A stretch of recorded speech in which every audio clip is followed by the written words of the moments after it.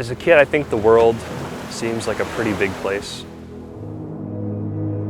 Everything just seems gigantic. So by thinking there's a city right next to me, it just made it seem like like maybe my world, it was more than just this small little seaside town. I had a couple theories about what it could be.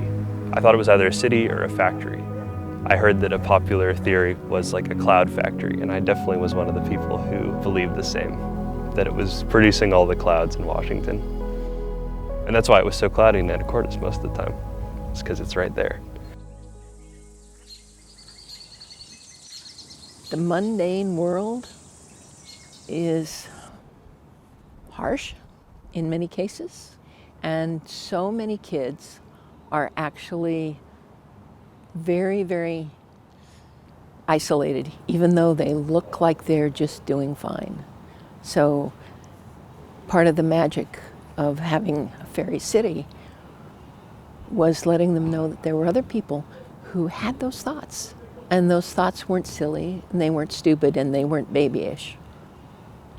So I started going out to Camp Kirby in 1960, at which point I learned about what they called fairy ring, which had been going on for years. And so we did one that was down on the point, and you could see the refinery more than Anacortes. And we had all heard it called the Fairy City because at night, with the lights on, it was very magical looking. It just became more and more ingrained to reference it as something other than it was.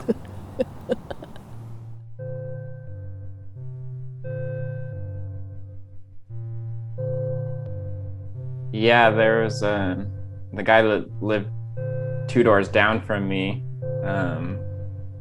was part of some horrific accident there or witnessed things and was just had too much trauma to work again, and so I think he got some big settlement or something from the company. But even just seeing him walk up and down the road every day to like get the mail always very much made me feel much closer to the insidious side of it. Like every day of this guy's life is different now, because of some horrific scene that he witnessed. I think the cloud factory idea lasted well into my early, preteen years. It's a very convincing lie.